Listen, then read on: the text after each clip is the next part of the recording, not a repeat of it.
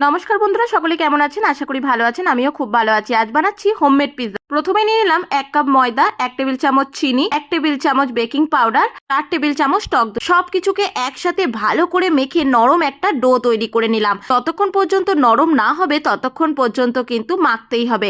তারপর 15 মিনিটের জন্য ঢাকনা দিয়ে রেস্ট করতে দিয়ে দিলাম। তারপর এরকম একটা প্লেটের মধ্যে বাটার পেপার বসিয়ে আমি কিন্তু ডোটাকে হাত দিয়ে একটা গোল শেপ নিয়ে এলাম। আপনারা চাইলে বেলনা দিয়েও গোল করে নিতে পারেন। তারপর কাটা চামচ দিয়ে অজস্র ফুটো করলাম ডোটার মধ্যে। তারপর পুরো ডোটার মধ্যে পিৎজা সস লাগিয়ে দিয়ে আমি কিন্তু মেল্টেড চিজ ব্যবহার করেছি। আপনারা আপনাদের পছন্দ মতো চিজ ব্যবহার করবেন। ভরে ভরে চিজ দেওয়ার পর আপনাদের পছন্দ মতো এইভাবে সাজিয়ে নেবেন পেঁয়াজ, টমেটো, ক্যাপসিকাম আর কর্ন দিয়ে।